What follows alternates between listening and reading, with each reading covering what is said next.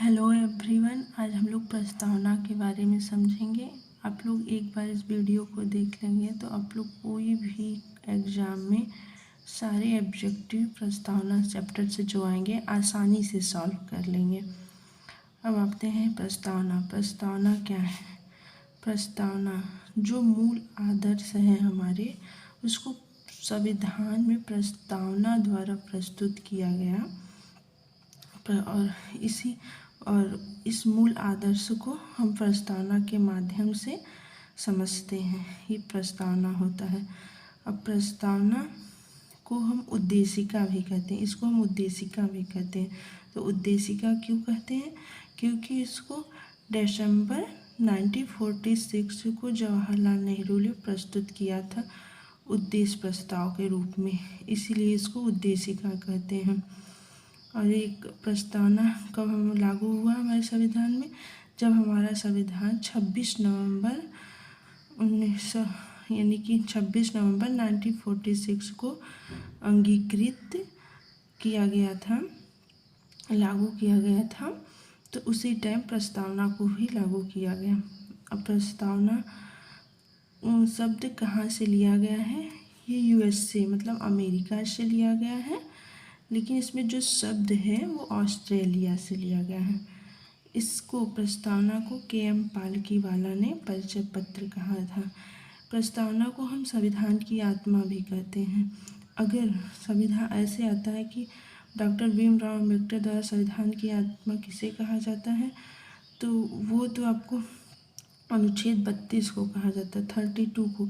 लेकिन बिना नाम लिए पूछा जाता है अगर एग्जाम में क्वेश्चन कि संविधान की आत्मा किसको कहा जाता है, तो प्रस्तावना को कहा जाता है। अब प्रस्तावना इतना हो गया। कब अभी स्टार्ट कहाँ से होता है प्रस्तावना? हम भारत के लोग, हम भारत की जनता से स्टार्ट होता है आपका प्रस्तावना। प्रस्तावना के तत्व में आपके यही अधिकार स्रोत यहाँ से ही स्टार्ट होता है, यानी कि भारत की जनता को अधिकार दिया गया है। यानी कि संविधान कहाँ से? सबसे ऊपर तो संविधान है। संविधान कैसे बना? भारत की जनता द्वारा। ठीक है, तो अब इसकी प्रकृति क्या है? अधिकार स्रोत क्वेश्चन में एग्जाम में पूछता है तो भारत की जनता है। इसकी प्रकृति क्या है? संप्रभु यानी कि संपूर्ण प्रभुत्व संपन्न। संपूर्ण प्रभुत्व संपन्न का मतलब होता है कि हम इसको कोई भी निर्णय लेने में हम दूसरे पर, यानी कि बाह्य या आंतरिक निर्णय लेने में दूसरे पर डिपेंड नहीं है। हम अपना निर्णय स्वयं ले सकते हैं। यानी संविधान अपना निर्णय स्वयं ले सकता है।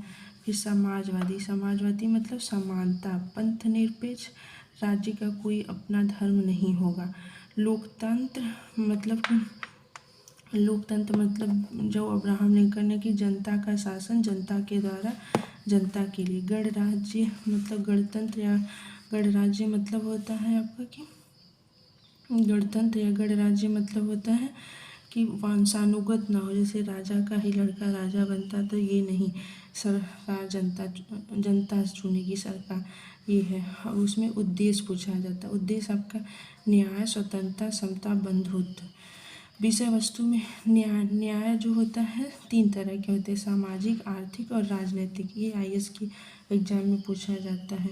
इसमें मतलब कि कौन कौन से न्याय होते हैं? सामाजिक, आर्थिक, राजनीतिक, ये आपका न्याय होते हैं। और स्वतंत्रता आप अभिव्यक्ति, विचार, विश्वास, धर्म, उपासना की स्वतंत्रता है।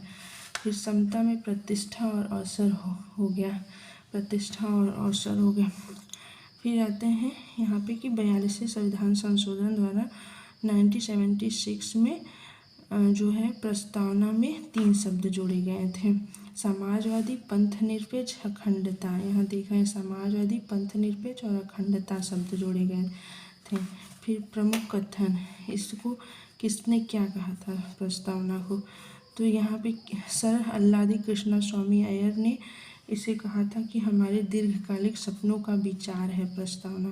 के.एम. मुंशी ने इसको कहा था संपूर्ण लोकतांत्रिक गणराज्य का भविष्य, के.एम. मुंशी ने कहा था।